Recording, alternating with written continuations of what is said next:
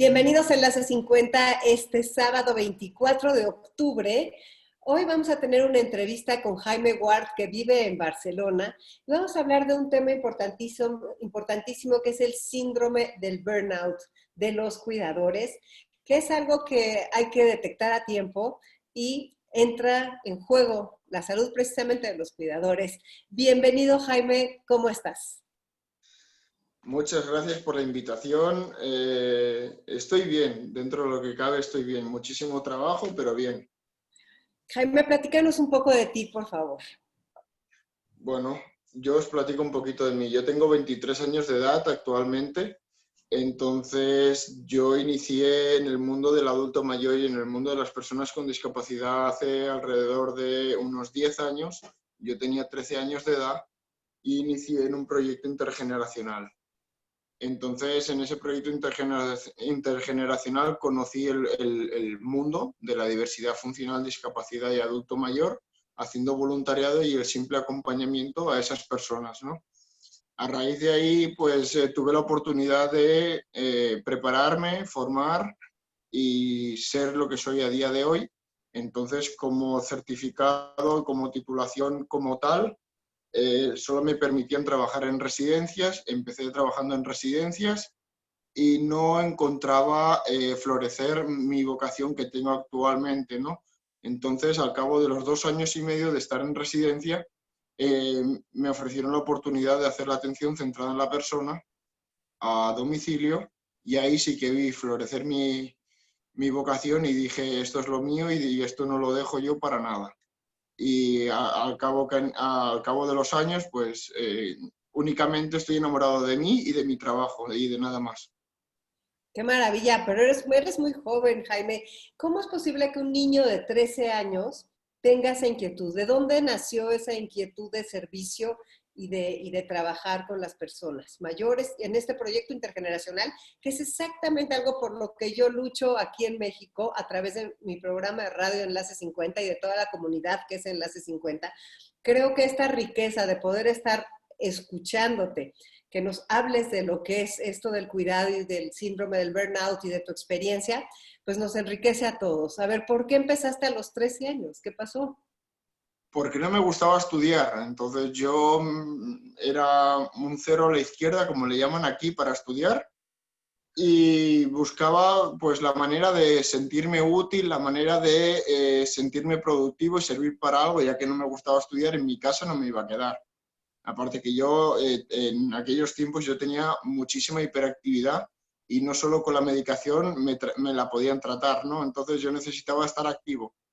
24/7 o 12/7 estar activo. Entonces yo inicié ayudando al vecino de mi mamá. El vecino de mi mamá tiene una malformación congénita con discapacidad y él trabajaba vendiendo cupones de lotería. Entonces tenía 3 perros en aquellos tiempos. Y yo le dije, bueno, tú estás trabajando y yo me dedico a pasearte a los perros. Me dice, vale, perfecto. Y entonces al cabo de un mes, 2 meses como mucho, me dijo, ¿y qué te parece si yo te ofrezco la oportunidad y te brindo la oportunidad de que trabajes para mí y me hagas soporte en las actividades de la vida diaria? Y le digo, bueno, pues es un oficio más y ¿por qué no?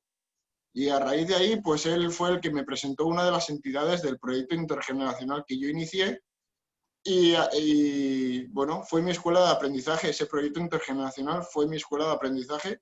Precisamente el proyecto intergeneracional lo sigo haciendo.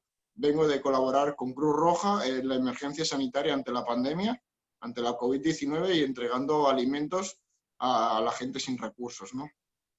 Entonces, la escuela de aprendizaje sigue y seguirá por toda la vida mientras que yo tenga un huequito para dedicarle, siempre estar ahí. Qué barbaridad. ¿Y qué te han enseñado las personas mayores? Esos son maestros de la vida.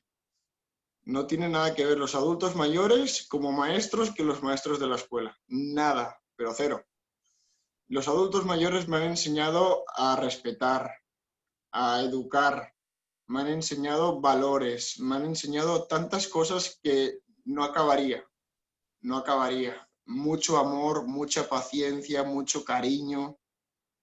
ellos actualmente, ante la pandemia, bueno, tienen bastantes necesidades, pero ellos ya vivieron aquí en España 2 guerras, ya han vivido esta necesidad, y mucho peor. La economía no era la misma que hay ahora, que sí, que estamos en crisis, perfecto, pero lo que había en aquellos tiempos no hay, no era lo que es ahora, ni mucho menos. Y Porque ahora antiguamente, de todas las historias, de todos los adultos mayores que he estado tratando, y cada uno me contaba la misma historia de su guerra, de cómo la ha vivido cada uno, solo se alimentaban de patatas y huevo, y nada más. Y nada más, hoy en día te puedes alimentar de otras muchas más cosas ante la pandemia. Pero en claro, aquellos tiempos vivían de eso familias numerosas, inmensas, inmensas. Yo recuerdo mi abuela actualmente tiene 6 hijos de aquellos tiempos. claro. Y entonces tuvieron unas carencias que les formaron un carácter, les forjaron un carácter y una escala de valores y una forma de ver la vida completamente diferente a la nuestra, que ha sido, bueno, yo tengo 62 años, pero ha sido pues distinto, ¿no? Ha sido con más privilegios y con menos dificultades en todo lo que estas personas sufrieron. Y entonces ahora tú te dedicas a cuidar a adultos mayores en sus casas o qué es lo que haces? Efectivamente, yo los cuido en sus casas porque el trato de las residencias, pues como bien he comentado, no me gusta. Es un tema muy extenso que ahora no voy a poder hablar, pero mi filosofía desde los inicios pues fue dar la atención centrada a la persona como ese adulto mayor se merece, ¿no? Y todo el mundo quiere morir en su casa dignamente. Por mucho que en la residencia te digan y te monten una película y te digan, aquí vas a estar como en tu casa. Perdón, pero es totalmente incierto. Sí, habrá algunas tal vez que sean diferentes, pero tu filosofía es la atención personalizada en la casa del adulto mayor. ¿Y qué es lo que les das de atención personalizada? Todo, todo, de principio a fin. De principio a fin, porque el vínculo y la confianza solo es mutua entre el paciente y yo. O sea, la familia, yo intento que la familia, cuando yo intervengo, la familia ejerza de su papel, de su perfil como familia, y yo como profesional, yo voy a ejercer de cuidador. No vamos a ejercer la familia y yo todos de cuidadores. O sea, tiene que haber uno, no todos. Entonces, el problema a la plática de hoy, el problema es la familia, que más adelante iré platicando de cómo se puede llegar a quemar un cuidador y quién es el malo de la película, ¿no? Normalmente son las familias. A ver, pues entonces, y lo de la Cruz Roja que estás haciendo es además de tu trabajo de No, cuidar a... actualmente mi último paciente ya falleció y lo acompañé a morir dignamente en su casa, va a hacer una semana, bueno, ya hizo una semana, y le estoy dedicando a tiempo completo. Entonces, actualmente, pues yo acabo de abrir mi propia empresa de cuidados. Inicialmente, para arrancar un negocio, obviamente, o sea, no puedo empezar invirtiendo grandemente, entonces abarco yo como cuidador y cuando yo necesite terceras personas ya tengo ciertos cuidadores formados, preparados para que vayan a atender a los pacientes que tengan esa necesidad y contraten de mis servicios, ¿no? Sí, y entonces mientras tanto para descansar estás en la Cruz Roja, ¿ok? Sí, ya te digo, necesito sentirme útil. O sea, yo quedarme en mi casa y comerme la cabeza de que no tengo trabajo, no tengo cómo sobrevivir, no, porque me comería las paredes y me faltaría calcio todavía para recorrer. Qué barbaridad. Bueno, pues entonces me gustaría que entráramos al tema que nos propones, que es el tema del burnout, del síndrome del burnout de los cuidadores. ¿En qué consiste? ¿En qué consiste? Tú misma lo has dicho. ¿En qué consiste? Pues bueno, el punto fuerte el punto fuerte es que tú mismo no te lo puedes perjudicar, o una gran parte sí y la otra gran parte no. Y quién son los que probablemente te lo pueden llegar a provocar. Punto número uno, que lo venía diciendo hace unos minutos, es cuando haces la atención centrada en la persona, entras en casa de esa persona, que es tu paciente, te lo pueden llegar a provocar la familia. ¿Por qué? Porque la familia se creen que saben cuidar mejor que tú. Te quieren quitar tu papel, tu perfil profesional, es como si no existieras. O sea, tú estás ahí de decoración, eres un mueble y la familia lo quiere saber todo. Y a mí la familia que yo estoy trabajando y que quieren intervenir porque se creen que lo saben todo, a mí me hace enojar. Porque yo digo, entonces, ¿qué hago aquí? Estoy perdiendo mi tiempo. Y entonces, pero ¿cómo negocias eso con ellos? Intento, no muchas veces lo consigo, intento hacerles entender. Eso es lo más complicado. ¿Cómo les hago entender? Les hago entender que ellos tienen que cumplir el papel de familia y que para eso tienen de mis servicios para que ellos no hagan de cuidadores. Vosotros, haceros cuidadores cuando no estén mis servicios en servicio, ¿no? Y entonces poquito a poco lo van asimilando. Entonces lo que intento ir trabajando es que la familia, cuando yo estoy, la familia desconecte, salga a la calle, si tienen que hacer recados, si tienen que ir a tomar un café, porque normalmente una familia cuando se hace cargo de un paciente dependiente, se encierran en casa, no quieren salir, no quieren tener vida, no quieren tener nada, porque para ellos es una carga y se comprometen 24/7 a estar con el paciente encerrados, ¿no? Entonces yo cuando intervengo intento que la familia no esté, yo trabajo más a gusto, más cómodo y el paciente no se pone nervioso ni yo tampoco, ¿no? Porque si yo me pongo nervioso y yo no me cuido, al paciente tampoco lo estoy cuidando por mucho que lo intente. Claro, suena muy lógico. Y entonces, bueno, ese es un punto para eso. Lo puede provocar el burnout, te lo puede provocar la familia. ¿Qué otra cosa te lo puede provocar? ¿Qué otra cosa te lo puede provocar? Pues muchas, la verdad que muchas, y otra de ellas, pues probablemente puede ser en las condiciones en las que trabajas en las instituciones, ¿no? A nivel residencial, yo te digo que actualmente aquí en España se está trabajando con un ratio para levantar a 10 pacientes en hora y media, un ratio por paciente de 15 minutos, con higiene, ducha, todo, en 15 minutos. Entonces, ¿qué estás trabajando? ¿En una residencia o estás trabajando en una fábrica? ¿Estás tratando con personas o estás tratando con objetos, con cajas, con muebles? Entonces, como siempre, los que mandan son los de arriba.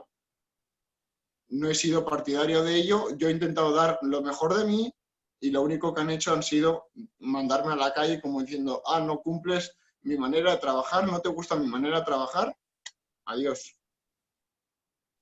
Y eso quema porque lo que venía comentando, 2 años y medio que he estado haciendo residencias, yo era el chico del reemplazo.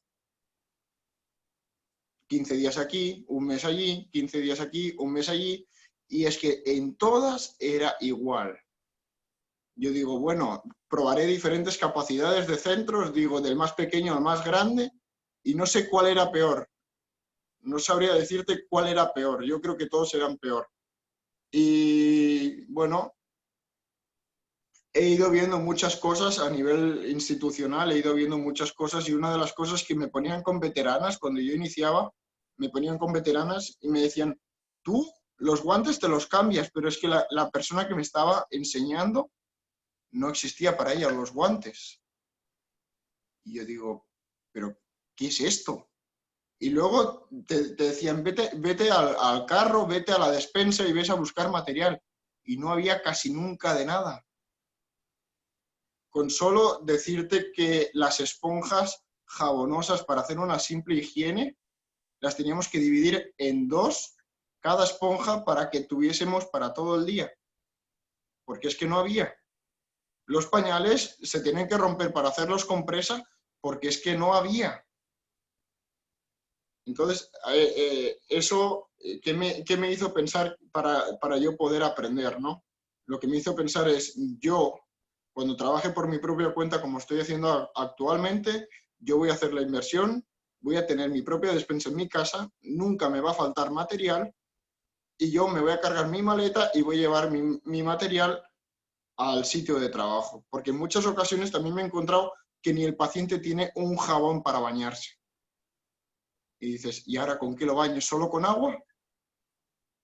¿Y todo eso por qué, a qué se lo atribuyes, Jaime? Todo eso, ¿a qué se lo atribuyo? Pues bueno, una persona adulta mayor, cuando ya entra en el proceso de dependencia, también sufre una discriminación. Ya no sirven para nada, ya no valen para nada. ¿Quién cumple el papel y el protagonismo? La familia. Él no sirve para nada. Ese es el resumen de la historia. Están discriminados.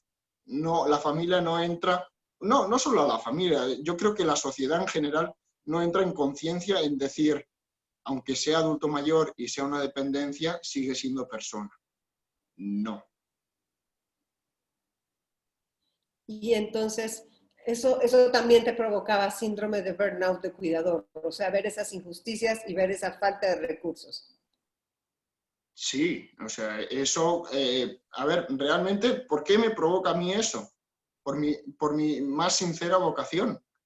Una persona que trabaja por una remuneración económica y no mira otra cosa, le va a dar igual que no haya material, le va a dar igual cualquier cosa. A mí no.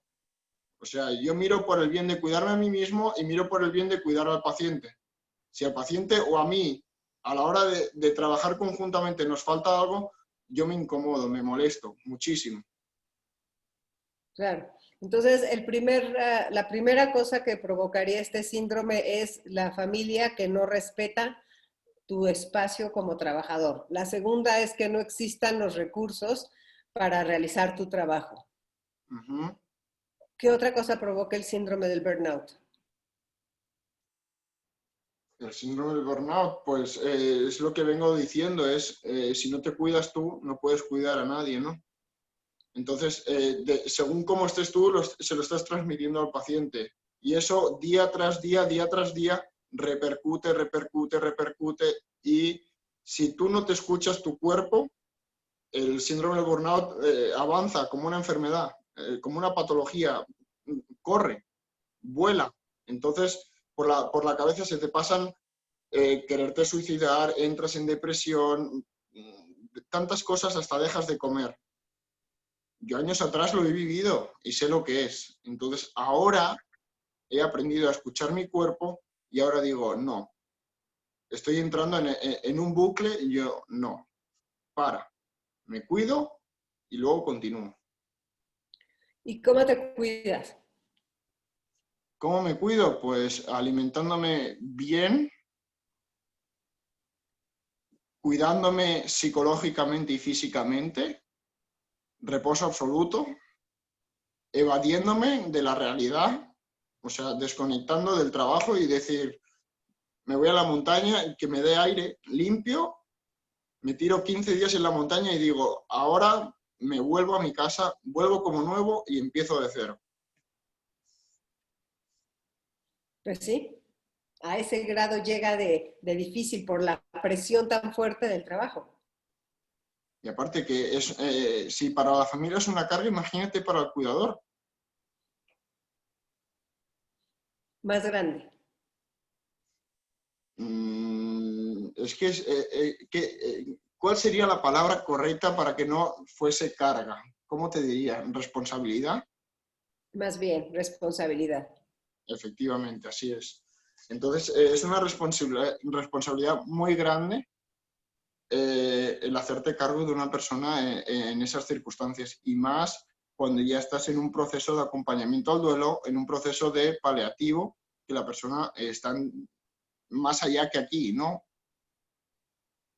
¿Tú has tenido formación para poder hacer eso? Yo sí, yo me preparé en atención a personas en situación de dependencia Y entonces me lo enseñaron todo, del proceso de duelo, me enseñaron a movilizar, a transferir, cómo cuidarme para poder cuidar, pero yo siempre recalco algo, y ese algo es lo siguiente, no tiene nada que ver la teoría con la práctica. ¿Por qué? La teoría es muy genérica, la práctica con cada paciente la vas a practicar de una manera o de otra. Porque Claro, no todas las personas somos iguales. Bueno, sí, lo blanco de los ojos. Nada más. claro. Realmente, por desgracia, nadie es igual que nadie, ¿no? Y la perfección no existe. Vamos en camino a ella, pero la perfección no existe. ¿Y qué otro tipo de, o sea, tu formación viene de esa parte? ¿Y qué otras cosas te gustan? O sea, ¿cómo te distraes un poco de tanto, de un trabajo tan demandante? Pues te digo la verdad, en eso de desconectar todavía estoy en puro aprendizaje. O sea, lo único que hago es eso, evadirme, desconectar, intentarlo desconectar, irme a la montaña, es lo único que hago. Pero te estoy hablando de que eso lo llevo haciendo 8 meses. Yo antes me traía el trabajo a casa y era síndrome cada 2 meses, tranquilamente. Y entonces cuando te dé el síndrome te sientes agotado, te puedes sentir deprimido, te puedes sentir De todo, de todo. Menos bien, de todo. menos bien de todo. Y este síndrome también les puede dar a los familiares que están cuidando a sus seres queridos, Y mucho más que un cuidador.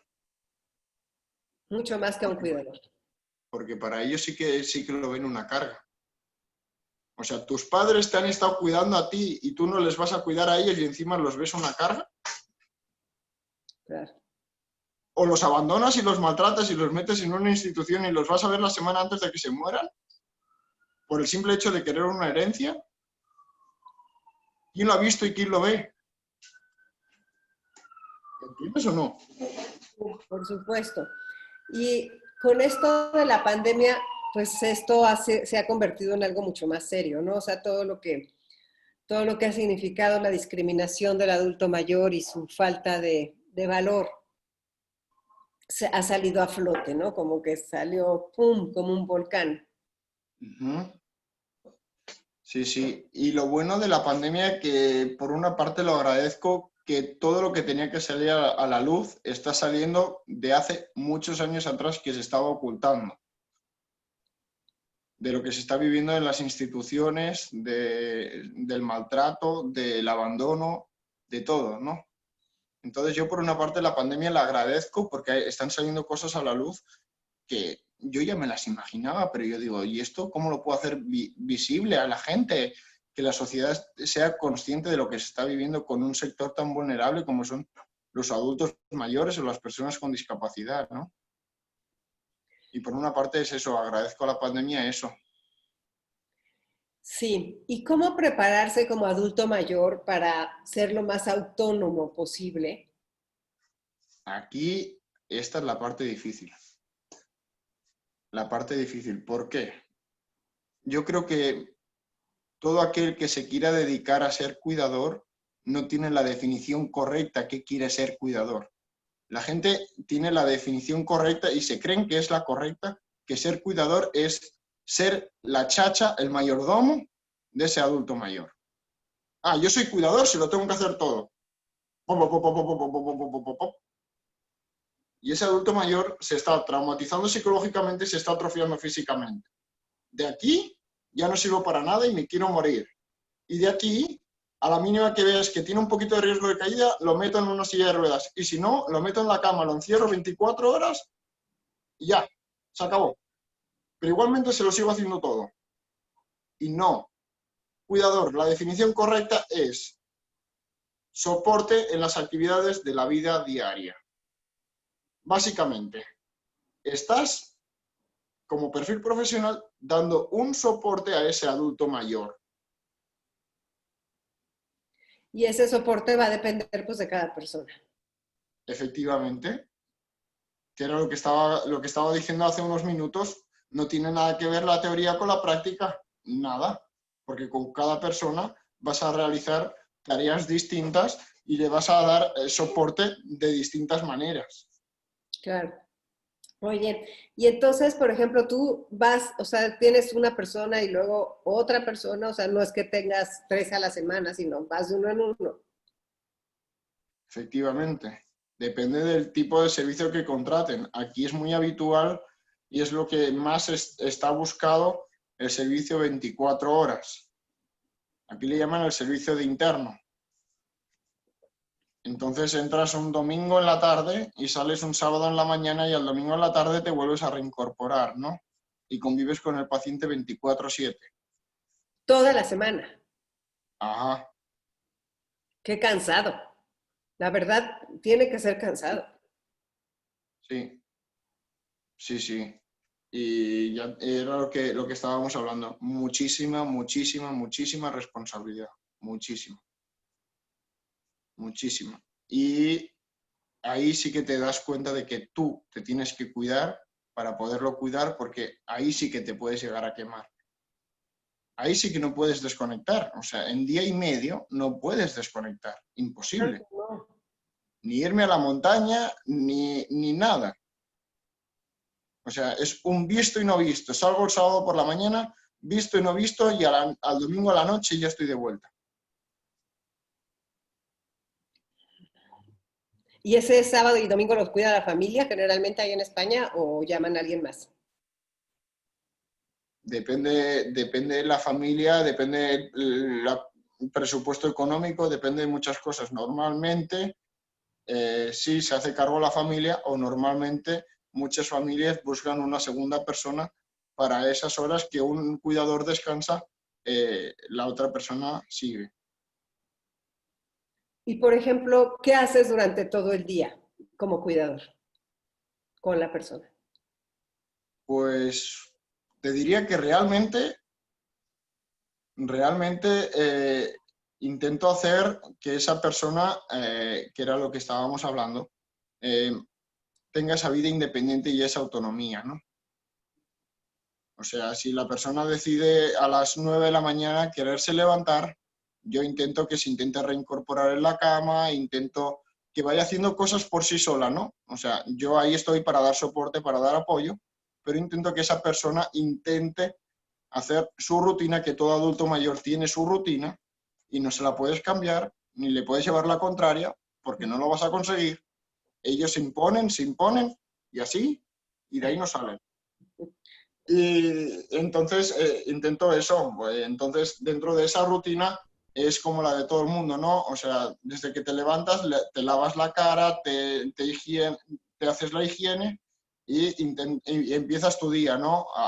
El desayuno, la medicación, y a partir de ahí, pues realmente la mañana es mucho más productiva para ellos, y a partir de la hora de después de comer, la tarde se les hace eterna, pero eterna. O sea, llega la noche y parece que te los hayas llevado a correr o te los hayas llevado a trabajar de nuevo, y es que están así, porque ya no saben qué hacer con su vida, ya no saben, no, no tienen qué hacer. Por eso la mañana es mucho más productiva, porque entre que te levantas, desayunas, preparas la comida, haces las tareas de la casa, vas a comprar, cualquier cosa, ¿no? Entonces el adulto mayor siempre aprovecha en la mañana y en la tarde ya el sofá o la cama y ya tranquilo, pero la tarde las horas se les hacen más largas. ¿Y a ti? ¡Oh! A mí. Pues mira, precisamente con el paciente, antes de que falleciera, eh, yo, al trabajar por mi propia cuenta, pues yo le dije a la familia y acordé con la familia de que la hora de comer yo necesitaba salir y reincorporarme en la noche. Entonces, ellos seguían con su rutina, y su rutina era, después de comer, echarse a dormir un rato, Claro. y después, cuando yo llegara, pues ya preparar la cena, ya preparar las cosas para acostarse, ¿no? Y sí, yo pues necesitaba mi espacio y lo único que hacía era irme a comer, echarme a dormir replantearme las cosas y decir, tengo que seguir. ¿Y qué era lo que me hacía tirar para adelante? Mi vocación. Nada más y nada menos que mi vocación y mi amor al trabajo. Nada más. Porque si yo no hubiese tenido vocación y amor por mi trabajo, yo a los 3 días ya estaría llorando y ya no hubiese querido volver a ningún sitio. Ni a trabajar de esto, ni por asomo. Y esa vocación te mantiene activo y te mantiene con ganas. Ahora estás buscando, dentro de pronto, acabando esto de la Cruz Roja, vas a estar con otra persona. Efectivamente, efectivamente. Sí, sí. Y lo bueno y lo agradezco por una parte el tema de la pandemia, ¿no? O sea, los centros de día ya van a cerrarse, el adulto mayor va a estar en casa, va a necesitar cuidados y las residencias 24 horas, la familia que se lo pueda permitir y diga al adulto mayor lo retiro de ahí dentro, por miedo a que se contagie, por miedo a cualquier cosa, me lo llevo a casa, va a necesitar cuidados. Entonces, por una parte, agradezco la pandemia, porque si la residencia hubiese seguido igual en su mismo funcionamiento, ese adulto mayor no vuelve a casa, no necesita cuidados. Si esa familia se hace cargo de ese adulto mayor de llevarlo al centro de día y ya se lo traen a la tarde-noche, ¿qué cuidados va a necesitar? Meterlo en la cama y darle la cena y la medicación. Mucha gente sí que prefiere un cuidador solo para acostar y solo para levantar, y mucha gente, pues, la propia familia lo hace, ¿no? ¿Cómo te gustaría a ti verte? ¿Cómo te imaginas a ti de adulto mayor? ¿Pero tú crees que yo voy a llegar? No quieres. No sé, yo me puedo imaginar pues tal cual estoy ahora, como si me congelaran en un congelador, yo me quedo así y así me quiero quedar hasta los 80. Si fuese de mí, hasta los 80. Y si no, te digo la verdad, yo no creo que yo pueda recibir todo lo que yo estoy dando. ¿Por qué? Porque no creo que las cosas cambien tampoco. Espero que cambien, espero. Pero si no cambian y todo sigue igual que ahora, no espero recibir nada a cambio. Pues qué fuerte. O sea, yo espero que las cosas cambien y que cada vez haya menos discriminación, más educación, cuidadores más preparados, gente con mayor vocación. Yo veo que ha cambiado en el sentido de que hay mucha gente que está estudiando y que se está interesando en aprender y en redignificar y resignificar la vida de los adultos mayores. Lo que pasa es que tú lo ves, o sea, lo tienes muy duro, o sea, te ha tocado muy fuerte y entonces es más difícil. Y otra parte de la discriminación, estoy discriminado por ser cuidador hombre. Ha sido oficio de mujeres. Claro. Esta es otra. Y el ejemplo que pongo ante esta reflexión es el siguiente. Yo me ingreso en un hospital y a mí me da igual quién me atienda. Sea chico, sea chica, sea travesti, sea gay, sea lesbiana. El problema es que esa persona de la calle entre en tu casa. Entonces, ahí es cuando tú defiendes terreno y discriminas. Pero por todo, o sea, no solo por sexo, por todo. Por altura, por llevar lentes, por cualquier cosa. Precisamente el día sábado a mí me discriminaron por ser joven. O sea, no puedo trabajar por ser joven. Una persona joven tiene mucha más fuerza, tiene muchas más ganas de voluntad que una persona adulta para cuidar a otro adulto. Pero la señora no quiso por ser joven. O sea, yo ya lo había pactado presupuesto, había pactado todo con el hijo y yo ya fui al día siguiente a hacer la visita al domicilio y a conocer al paciente. Ya estaba todo por cerrar, todo. Y absolutamente escuché el rumor de la señora del paciente, pero es muy joven. Y yo dije, no le hace gracia que sea joven, pero cuando me vea trabajar dirá, vale la pena o no vale la pena. Y cuando me dijo, estoy haciendo varias entrevistas, espérate y en 24, 48 horas mi hijo se comunicará con usted y te dirá algo. El hijo no tuvo el valor de llamarme porque se avergonzaba de todo lo que había hablado conmigo por teléfono, a lo que respondió su mamá. y solo me escribió por WhatsApp y me dijo que sepas que mi mamá no ha sido el candidato elegido porque te ve muy joven. Y le digo, pues que sepas que lo que estás haciendo es discriminándome por edad sin verme trabajar. Claro. Empezó a dejar vistos en el WhatsApp porque veía que yo tenía razón y que estaba sacando mi euforia y mi mala leche y me estaba enojando y entonces empezó a dejarme vistos en el WhatsApp sin contestarme como diciendo, ¿y ahora qué te digo? Si yo me siento más culpable que tú de haberme preocupado de que todo salga bien por mis papás y que mi mamá me conteste esto, ¿qué te voy a decir, no? Claro, sí, se Entonces confunde. él intentó consolarme diciéndome, bueno, si la chica que definitivamente, o el chico que definitivamente elija a mi mamá, si no funciona, te volveré a llamar. Y yo pensando por mí, y no le quise decir por educación, yo digo, no te voy a estar esperando. O sea, las oportunidades pasan. Has tenido la oportunidad de tenerme cuidando a tu papá. ¿Me la has rechazado? No te voy a estar esperando. Si me sale otro paciente que de verdad me sepa valorar, ahí voy a estar. Hasta luego. ¿Qué consejos le das a una familia para encontrar un cuidador? ¿Qué debe de preguntarle? Uf, uf. Debe preguntar el currículum. Todo el mundo pregunta el currículum, ¿no? Pues que sigan preguntando el currículum, pero que busquen experiencia, que busquen formación, que busquen preparación, que busquen conocimientos, que busquen actitudes, que busquen todo ese tipo de cosas. Actitudes, vamos a empezar por ahí. Actitudes, vocación, porque si la vocación no te puedes dedicar a esto, a los 3 días estás quemado y lo vas a abandonar. Respeto, o sea, respeto a ti mismo, respeto a la persona que vas a tratar. Educación, a ti mismo, a la familia y a la persona que vas a tratar. Conocimientos y formación, por lo que llevo diciendo de que la teoría es la teoría, pero sin ponerla en práctica, ¿de qué te sirve?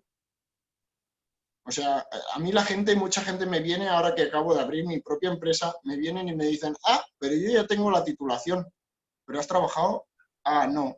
Y le digo, pero ¿cómo te voy a dejar yo aquí en tus manos un paciente sin haber trabajado y sin haber tratado con ningún otro, ni haber puesto en práctica poner ni siquiera un pañal, por mucho que tengas hijos?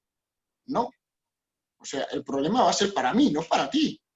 Yo como empresa soy el perjudicado. Las denuncias van para mí, las quejas van para mí. No me quiero mojar. O sea, yo quiero saber que mi equipo está bien preparado y me da toda la seguridad de poderlo recomendar a esas familias que buscan ese perfil en específico. Claro. No puedo decir, yo me pongo en internet y la primera que me salga que me ponga que es cuidadora, ya. Mañana empiezas. No. Y eso es lo que la gente no entiende.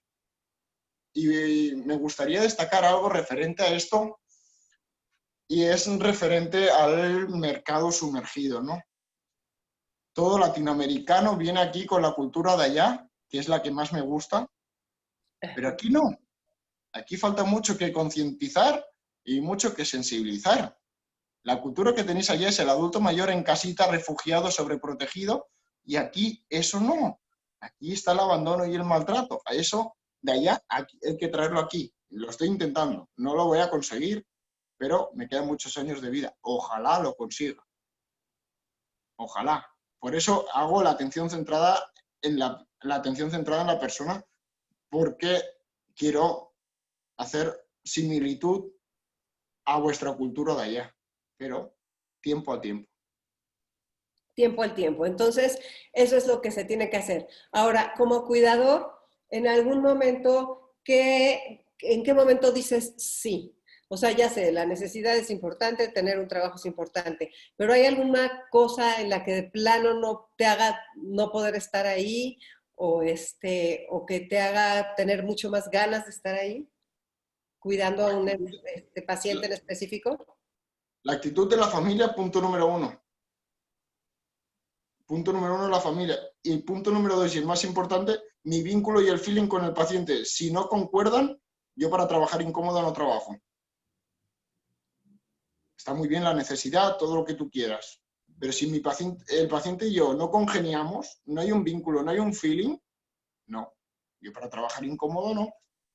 Lo siento mucho, señores, yo me voy por donde he venido, ya vendrá alguien que se adapte, pero yo no. No, ni yo ni el paciente, o sea, ninguno de los dos podemos estar mano a mano. Entonces empezaste a los 13 años, tienes 23, tienes 10 años haciéndolo. ¿Y cuántas personas has cuidado en todo este tiempo? Muchísimas. Muchísimas, sin contar residencias a nivel domiciliario, habré hecho 300, 500 por año. Uy. Entonces tienes, bueno, 300 o 500 por año, pero entonces eso era que ibas por un solo día o cómo estaba la cosa. Yo lo que he estado haciendo hasta ahora,